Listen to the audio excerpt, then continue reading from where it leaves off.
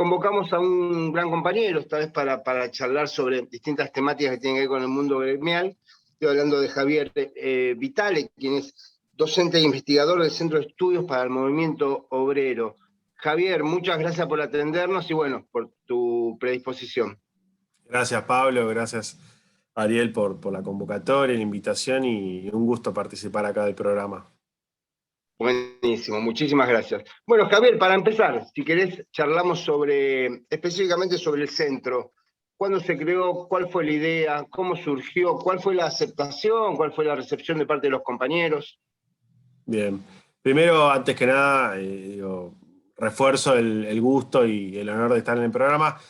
Particularmente yo y varios compañeros que estamos en el Centro de Estudios, si bien somos relativamente jóvenes, hace varios años estamos relacionados con FOETRA, con la agrupación de ustedes, desde por lo menos muy estrechamente el 2012, cuando FOETRA toma la decisión estratégica junto al Ministerio de Trabajo de avanzar en un proceso de formación político-sindical, que eran los Forza, en ese momento se llamaban así, claro. Y el sindicato convoca a Norberto Galazo, que era nuestro referente político e ideológico, lo sigue siendo, pero en ese momento muchos de nosotros militábamos junto a él en lo que era en aquella época el Centro Cultural Discépolo, la corriente política de Discépolo, y desde ese momento, que yo recuerdo, desde el 2012 hasta el 2015, 2016, no recuerdo bien, 2015 seguro, hemos participado en el módulo de Historia del Movimiento Obrero, en nombre de Norberto Galazo, con lo que significa para nosotros un orgullo como compañeros historiadores y docentes. Así que hace ya varios años, el año que viene se van a cumplir 10 años de ese inicio de la experiencia. Así que bueno, un poco lo comento por la cercanía con ustedes, con Ariel yo también lo conozco hace muchos años, mucha relación, pero lo menciono para explicar e introducir quiénes somos y de dónde venimos, ¿no? Nosotros, si bien no todos, pero una mayoría del Centro de Estudios para el Movimiento Obrero, venimos de una experiencia vinculada a la militancia más en la disputa de las ideas, del pensamiento, junto a Norberto Galazo, junto al historiador. Es desde ahí donde nos forjamos ideológica y militantemente, ya por lo menos hace más de 14 años. Y bueno, desde esa experiencia que duró muchísimos años para gran parte de nosotros, es donde tomamos la decisión en el mes de mayo de este año, hace escasos 2 meses, de fundar y crear un nuevo centro de estudios específico de temáticas sobre el movimiento obrero. Pero bueno, hay una discusión muy fuerte al interior de los compañeros y compañeras de esa palabrita clave que es para el movimiento obrero, no del movimiento obrero o por el movimiento obrero, sino que nos constituimos entendiéndonos primero los integrantes como parte de la clase trabajadora argentina, como parte del pueblo trabajador, del pueblo argentino. No nos constituimos como externos a esa clase, a ese movimiento obrero. Incluso muchos de nosotros somos militantes, activistas sindicales. Ese en primer término, como una cuestión básica de nuestra filosofía, hasta si se quiere política e intelectual. Y en un segundo término, más de fondo, más estructural, sobre el eje y el objetivo del Centro de Estudios, tiene que ver con poder entrelazar en este espacio político y militante dos tradiciones que para nosotros son las dos principales tradiciones política y de ideas en la historia, por lo menos en la historia contemporánea argentina, que una es el movimiento obrero organizado y el otro el pensamiento nacional, ¿no? El pensamiento nacional como el gran corpus ideológico que produjo el pueblo argentino, que produjo la nación argentina, y el movimiento obrero organizado, quizás la gran praxis política que produjo ese pueblo argentino en los últimos 120, 130 años de historia. A su vez, ese entrelazamiento lo entendemos como una necesidad política, como una búsqueda del centro de estudios, pero también como poder mostrar, poder transmitir que la propia historia del movimiento obrero, y la actualidad por supuesto, pero la historia lo demuestra muy claramente, ese movimiento obrero también fue productor de pensamiento y de ideas. No solamente fue productor de acciones, hechos emblemáticos, revolucionarios, como aquel 17 de octubre de 1945, grandes gestas heroicas, grandes luchas, sino también a partir de la historia de muchos de sus dirigentes, de sus organizaciones, también fue productora de pensamiento, de productora de ideas, y en muchos casos también abrevó del pensamiento nacional para formular planes programáticos, planteos estratégicos, incluso programas de país, como han sido los de La Falda, Huerta Grande, CGT Los Argentinos, los 26 puntos Ubalini. Bueno, en definitiva, nuestra interpretación de la historia busca mostrar ese cruzamiento constante entre pensamiento nacional y movimiento obrero, y a su vez, bueno, entendemos que para estudiar y para analizar este intercruzamiento es necesario partir de una perspectiva histórica muy, muy específica, que es poner el eje de la historia argentina, la historia de los procesos sociales, económicos y políticos, a los trabajadores como sujeto emblemático y protagónico de esa historia, ¿no? Y en ese lugar específico que queremos ubicar al pueblo y al trabajador en la historia argentina, nos parece también, y por último, remarcar que la perspectiva histórica, la difusión de esa historia del movimiento obrero y de la clase trabajadora es importantísimo para mostrar y remarcar la centralidad que ha tenido el movimiento obrero en los hechos políticos y en las transformaciones políticas de nuestra historia. No ha sido solamente un gran movimiento obrero defensor de intereses gremiales, de intereses corporativos, llamados así simplemente, sino que ha sido el gran actor político del pueblo popular, que ha manifestado y se ha rebelado contra las clases dominantes, contra los poderes fácticos, por lo menos en la historia contemporánea argentina, y creemos sí que esa perspectiva histórica, esa difusión de la historia y ese entrecruzamiento entre pensamiento nacional y movimiento obrero, lo tenemos que traer al hoy para plantear los desafíos y las discusiones de la actualidad, ¿no? ¿Qué lugar ocupa y qué lugar debe ocupar el movimiento obrero en un frente nacional?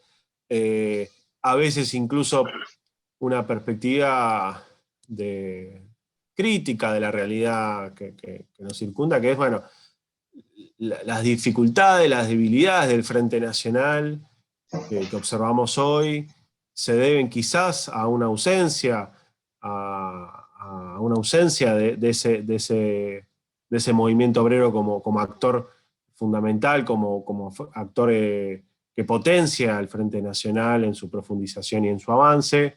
Quizás esa ausencia es una de las muestras que puede hacernos comprender esa debilidad, esas dificultades que encontramos hoy, y creemos, bueno, que esto, hay que dar la discusión, hay que dar el debate de volver a recuperar la centralidad, en primer término, al pueblo trabajador como sujeto protagónico de la política nacional, y a sus organizaciones libres del pueblo, en particular los sindicatos que por estructura económica, por estructura social y por andamiaje histórico ocupan un lugar central de la política nacional. Hay, Javier, no sé si vos lo ves así, algunas palabritas que todavía por algún tipo de prejuicio causa cierto escozor, las capas medias, si querés, son las clases medias, como movimiento obrero organizado, dirigentes sindicales, sin ir tan lejos, uno recuerda quizá el relato, para usar una palabra que está de moda o estaba de moda hace algunos años, el relato antisindical del alfonsinismo llegando al poder en el 83, incluso la campaña electoral de Alfonsín hubo una denuncia a un supuesto pacto militar sindical. Eso pegó Claro. muy fuerte en la clase media argentina. ¿Tu sensación, persiste ese prejuicio en la clase media contra el movimiento obrero organizado y los dirigentes sindicales y todo lo que tenga que ver con el mundo gremial? Sí, está muy bueno lo que decís, Pablo. Yo en primer término me gusta siempre insistir, digo, porque partimos de esa perspectiva histórica en el centro de estudios, que es todo tiempo presente no es ni peor ni mejor a todo tiempo pasado, ni todo tiempo pasado es mejor o peor. Son etapas históricas específicas, con avances y retrocesos específicos, con acumulaciones específicas del pueblo. Y en esto quiero remarcar una cosa que a veces nos caemos dentro del campo popular, nos autoflagelamos, ¿no? De que estamos en un peor momento, o esto, ¿no? El prejuicio al sector sindical es, estamos en el peor momento de esos prejuicios. Uno observa y analiza la historia argentina y esa mirada condenatoria, esa mirada prejuiciosa de las clases medias sobre el movimiento obrero han existido siempre. Hoy el eje está centrado en la corrupción, la burocracia. Ahora voy a un segundo punto en cuanto a esto, pero hoy está centralizado en esos ejes de la crítica. Y antes, hasta la década del 80, o por lo menos hasta la década del 70, sin lugar a dudas, era más una cuestión eran organizaciones patoteriles, que aplicaban una fuerza de medida para lograr sus objetivos, eran lugares turbios, no por el dinero, sino por esto, ¿no? De las figuras patoteriles, patotas, Claro.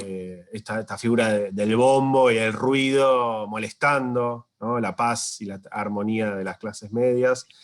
Quiero decir con esto, digo, siempre hubo una actitud prejuiciosa y condenatoria de la organización sindical, porque en definitiva lo que molestaba era la organización de los Claro, tal trabajadores, cual, ¿no? tal cual. Después la excusa, la soncera utilizada del momento va variando, ¿no? Capaz en 20 años es otra, pero siempre estuvo esa mirada condenatoria. Y bueno, desde como otro punto de vista con respecto a eso, sí remarcar, digo, me parece que hay que darse una tarea desde el movimiento obrero y desde el campo popular. Yo diría para desoncizar, ¿no? Utilizando ese término de Jaureche, hay que hacer pedagogía, primero con los propios compañeros, Claro. de trabajo, porque muchos, por suerte, estamos en un país altamente sindicalizado, pero en los lugares de trabajo sigue habiendo muchos compañeros y compañeras que no se animan, que le tienen temor, que le tienen prejuicio, como decíamos, a la organización sindical. Eso en primer término, me parece que ahí la figura del delegado en la Argentina es central para darse esa tarea pedagógica con los compañeros y las compañeras en el lugar de trabajo. Y después también me parece las estructuras, las organizaciones tienen que darse también una tarea, un esquema estructural de pedagogía nacional, con medios de comunicación propios, con la voz de los trabajadores, con, bueno, aplicar una política muy fuerte de formación político-sindical, como lo ha Claro. hecho FOETRA. Me parece que hay una tarea importantísima de soncizar, de enseñar a diferentes capas de nuestro pueblo, bueno, en especial las clases medias, y ahí es mucho más difícil todavía aún porque, bueno, el corpus ideológico, las ideas que penetran hacia esas clases medias provienen en muchos casos, no todos, pero provienen en muchos casos de ámbitos educativos formales que están ideológicamente colonizados, ¿no? Claro. Siempre decimos, la carrera hoy de ciencias políticas en cualquier universidad de la Argentina, especialmente las de las grandes capitales, no tienen contemplado en alguna que otra materia perdida, pero en sus corpus, en sus planes, estas figuras del pensamiento nacional, digo, Scalabrini y Ortiz para comprender los ejes de dominación económica, Jaureche para comprender el sistema de dominación cultural. Bueno, no están presentes estos grandes pensadores de la política nacional en los planes de estudio. Bueno, es muy probable que los estudiantes salgan de esas casas de estudio colonizados, ¿no? Entonces Claro, me claro, claro. parece que eso es un paso previo a la mirada prejuiciosa y condenatoria a la organización de los trabajadores. Pero bueno, en definitiva, y lo último que digo con respecto a esto, aún a pesar de todo esto que menciono, creo que como mensaje más básico, más más básico y más importante en cuanto al discurso es que el movimiento obrero argentino, que tiene una vasta historia, una honda presencia en diferentes capas de nuestro pueblo, contiene casi 3.000 organizaciones sindicales en todo el país. Es un movimiento obrero muy grande, muy variado, muy diverso. Dentro de esos 3.000 sindicatos en todo el país hay aproximadamente 100.000 dirigentes. 100.000 dirigentes entre delegados, delegadas, consejos directivos, ni hablar, no están contabilizados los miles y miles de activistas sindicales que no tienen responsabilidades, pero que son militantes, acompañan. Estamos hablando de un movimiento político de organización del pueblo de más de 100.000 argentinos y argentinas, y que en esa estructura tan amplia y tan diversa no podemos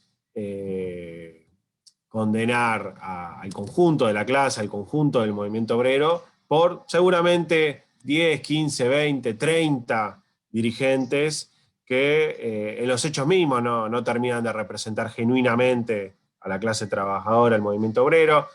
A cada uno se le vendrá a la cabeza algún nombre que seguramente sea más conocido, menos conocido, pero esto, ¿no? 20, 30, 40, 50 dirigentes que no representen genuinamente no pueden hacer la parte de una totalidad de 3.000 sindicatos, 100.000 dirigentes, que yo sí creo que representan genuina y honradamente a sus representados, ¿no? Claro.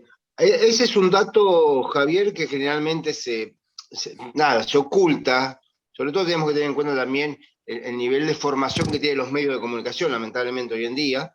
Es un dato que se oculta la cantidad de compañeros que se encuentran dentro de lo que es el mundo gremial, y por 2 o 3 casos, como decís vos, se cae en ese prejuicio. Otro prejuicio también que es muy fuerte, que hay varios autores que lo tocan, entre ellos Álvaro Abos o Aris Recal, del último reportaje que le hicimos, que la participación de las bases, el elemento democrático en los sindicatos, que los 2 autores afirman que no se encuentra ese dinamismo en los partidos políticos. Es decir, que el ejemplo ese cuando se habla de que no existe la democracia en los sindicatos es absolutamente falso, ¿no? Tal cual, sí, sí.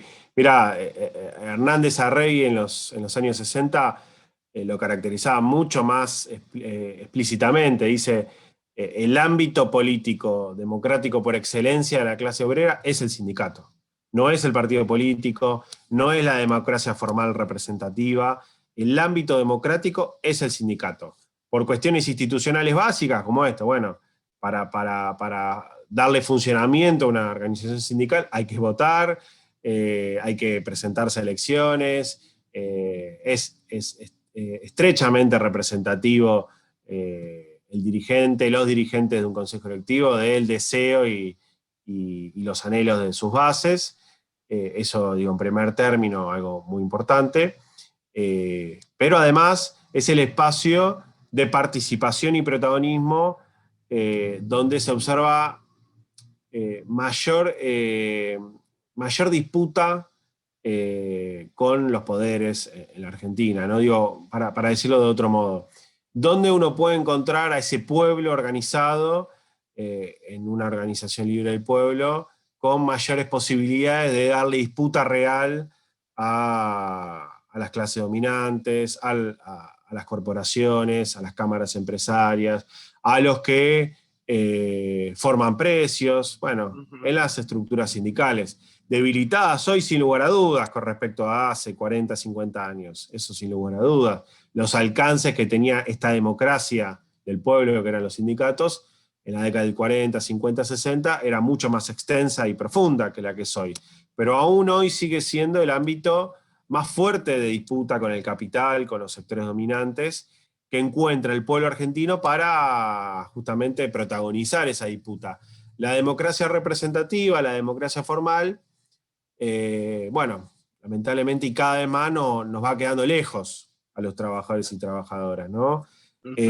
Yo creo que el espacio sindical, e insisto con esto que decía hace un rato, el espacio sindical permite esa cercanía con la representación, la cercanía no solo física y simbólica, sino la cercanía de los planteos de un compañero, poder transformar la propia organización desde adentro, ir direccionando colectivamente los objetivos y el horizonte de esa organización, pero quería remarcar, bueno, esta figura de los delegados, ¿no? Porque no solo el sindicato es un espacio democrático del pueblo trabajador, sino que a su vez tiene esta figura del delegado que en el ámbito político está ausente, ¿no? Uno podría decir, bueno, no sé, las unidades básicas, ¿no? O el delegado de manzana, pero no tiene la penetración y esa legitimidad en sus pares que tiene un delegado de base en el lugar de Claro, trabajo.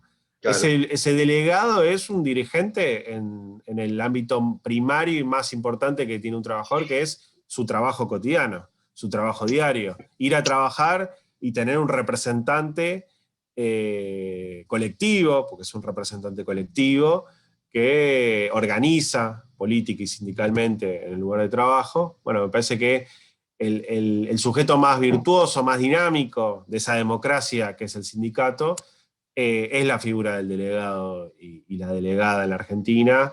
Y quiero remarcar, digo, a partir de esto que decís vos de Álvaro Bosch y Aris Recalde, donde comparto absolutamente lo que planteaban, y, y, y además esto, sumarle la importancia que tiene la figura de la organización de los lugares de trabajo con los delegados, delegadas, comisiones internas, cuerpos de delegados. Me parece que cada lugar de trabajo, yo siempre le digo, es una pequeña comunidad, ¿no? Digo, Claro. retomando ese concepto de Perón de la comunidad organizada, bueno, hay una gran comunidad y yo creo que cada lugar de trabajo, cada empresa, cada taller, cada fábrica es una pequeña comunidad organizada. Claro. Y ahí el rol dirigente y de conducción no es el del secretario general del sindicato, que lo es, por supuesto, es el máximo, la máxima figura de conducción y dirección, pero en el día a día, esa figura la tiene el delegado y la delegada. Me parece que es una innovación que se da al pueblo argentino también a nivel mundial en cuanto a dinamizar las organizaciones sindicales. Delegados existen en todo el mundo, no es una innovación argentina. Ahora, la centralidad y relevancia que le da el modelo sindical argentino a esos delegados, a esas comisiones internas, con un poder muy fuerte, con incluso ciertos niveles de autonomía en la práctica cotidiana, no es difícil de encontrar en otros modelos sindicales del mundo. Eso sí es una innovación argentina. Claro. Que escuchamos a Javier Vitale, quien es docente e investigador del Centro de Estudios para el Movimiento Obrero, a quien le volvemos a agradecer su tiempo. Javier, como para ir cerrando, dos preguntas en una. ¿Pensás que en el momento en que se deja de lado al movimiento obrero para la construcción de una patria, ¿no? Sí. Se llega a una derrota como la de 2015. Y la segunda es, para vos, ¿cuál es el papel hoy en día, pandemia de por medio, del movimiento obrero organizado? Bueno, yo creo que como decís vos, son dos en una, ¿no? Creo que, que hay que volver a poner el foco en el movimiento obrero, en las organizaciones sindicales. Hoy quizás con una mirada un poco más amplia sobre la organización sindical, digo, no solamente contemplar a los trabajadores asalariados, sino también a los trabajadores precarizados, tercerizados. Bueno, eso tiene una larga tradición, fue ETRA, pero también a los trabajadores de la economía popular. Me parece que en esa amplitud y heterogeneidad hay que volver a centrar el lugar de la representación intermedia del pueblo argentino, o una representación directa, porque también es una representación directa, en el movimiento obrero organizado. Yo creo que las disputas entre la conducción del Frente Nacional y la conducción de la CGT del 2002 al 2015 no le hicieron nada bien al Frente Nacional, ¿no? Y si no le hace bien al Frente Nacional, no le hace bien al país, y no le hace bien al pueblo. El Frente Nacional es la síntesis, es la amalgama de los diferentes sectores sociales que disputan intereses primarios con las clases dominantes, con los poderes oligárquicos, con el imperialismo, y si se produce, si se ahonda esas diferencias, esas distinciones entre sectores, y diría entre los dos sectores más importantes del Frente Nacional, como es la representación sindical, el movimiento obrero organizado y la pata política, ¿no? Y me parece que ese alejamiento resquebrajó definitivamente al Frente Nacional. Yo creo que esa enseñanza, o mejor dicho, esa historia generó enseñanzas en la experiencia 2016-2019. Me parece que es un error pensar que el triunfo electoral del 2019 se produce exclusiva y únicamente por una jugada maestra de Cristina. Sería un error pensarlo en esos términos. Siempre utilizo te llega a escuchar el club de fans y no va a apoyar eso. Claro, yo siempre utilizo la metáfora futbolera, ¿no? Digo, Cristina hizo el gol. Ahora, vos, lo que hemos visto, jugado, y nos encanta ver fútbol, digo, para hacer un gol hay una jugada detrás. Claro. Digo, Tiene que haber un equipo también. puede haber 15 pases, puede haber 2 pases, puede haber participado 10 jugadores, 4 jugadores, pero hay una jugada previa. Hay una jugada donde es colectivo, como decís vos.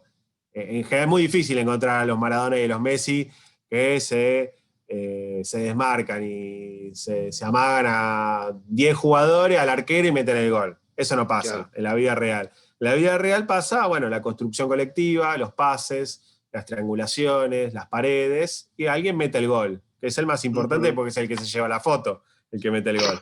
Bueno, yo creo que Cristina metió el gol y me parece que fue la jugada maestra de ese año, pero hay una acumulación del pueblo, en especial con el protagonismo sindical, que se da desde las primeras luchas obreras, de trabajadores, insisto, asalariados y no asalariados, desde el 2016 al 2019, que pocas veces es revisitado, pocas veces es marcado como este proceso de acumulación que le da la posibilidad a Cristina a hacer esa jugada, ¿no? Yo digo, a veces nos autoflagelamos demasiado los argentinos, nos flagelan los de afuera y los de adentro, y encima nos autoflagelamos los del campo popular. Sí, nosotros solemos decir, en los años que vos te estás refiriendo, solemos decir en el programa que sin un movimiento obrero organizado como el nuestro, el desastre que hubiera llevado el neoliberalismo hubiera sido muchísimo peor.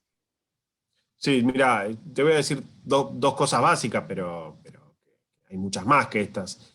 La Argentina, el movimiento obrero organizado, produjo 6 paros generales en 4 años.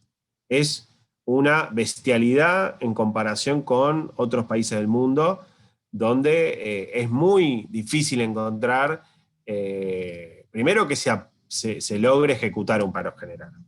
Y segundo, esta cantidad que para muchos compañeros y compañeras les parecía escueto, ¿no? Digo, como si uno pudiese hacer paros generales todas las semanas. 6 paros generales, 5 oficiales de la CGT y uno más donde prácticamente la gran mayoría de los agrupamientos, la Corriente Federal, el Frente Sindical, la CTA, etcétera, produjo un enorme paro en abril del 2019. 6 paros generales que dan cuenta de una fortaleza que tiene el movimiento obrero de desgaste al enemigo, porque aparte los paros generales en la Argentina, y esto es otro punto, otra arista de esa acumulación histórica del pueblo y el movimiento obrero, son paros generales reales, son paros generales efectivos, no son testimoniales, no son simbólicos.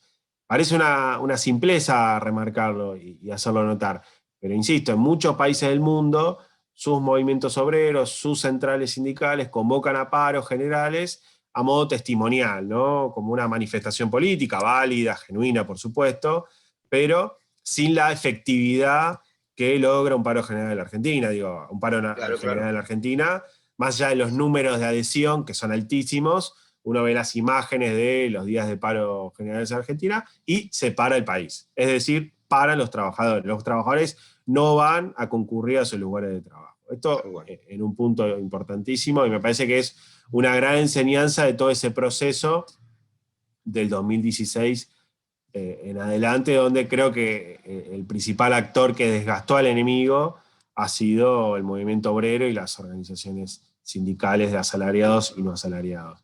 Y yo creo que hoy, ya habiendo traspasado el embate electoral y el triunfo del campo popular en el 2019, me parece que esas enseñanzas estuvieron para sostener una unidad, para sostener cierta presencia relevante del movimiento obrero, pero una vez ya en el gobierno, me parece que hay que dar un salto cualitativo, tenemos que dar colectivamente un salto cualitativo en el Frente Nacional, y como decía, ya no solo poner al movimiento obrero, a las organizaciones sindicales en un lugar central para la resistencia, para una postura defensiva, sino también para una postura ofensiva, para una postura de avance del Frente Nacional. Me parece que una de las llaves, no digo la única, pero una de las llaves que va a poder destrabar esta encerrona que a veces nos encontramos de si avanzar o no avanzar sobre determinados ejes fundamentales, como es la soberanía nacional, la independencia económica, la justicia social.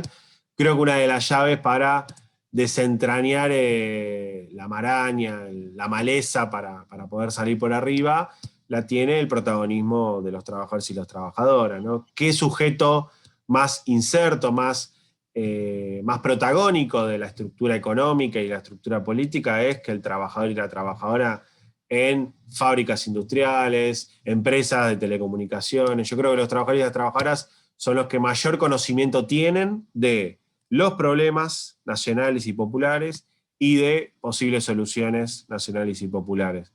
Perfecto. Creo que volver a poner el eje en el trabajador, en las organizaciones sindicales, no es poner un eje en términos de favoritismo corporativo, sino es poner el eje en la posibilidad de encontrar soluciones integrales, porque el movimiento obrero en definitiva es la organización política de la clase. Para la organización gremial están los sindicatos. El movimiento obrero es la organización política de la clase y es la que puede encontrar una síntesis y una integración de cómo resolver los grandes problemas nacionales y populares, no solo unos pocos o algunos, sino la integralidad. Así que bueno, me parece que ahí hay un desafío, y no es solo un desafío de la clase política, sino fundamentalmente es un desafío de los propios trabajadores y trabajadoras de sentirnos que tenemos que volver a ocupar ese espacio. Bueno, Javier, te agradecemos muchísimo realmente la comunicación con nuestro programa, el programa de los telefónicos. Te mando un fuerte abrazo. Cuando todo esto pase, te invitaremos seguramente al piso y charlaremos ahí un poco más cómodo. Así que bueno, te mando un fuerte abrazo y sabes que bueno, los micrófonos están abiertos para lo que quieras difundir o comentarnos.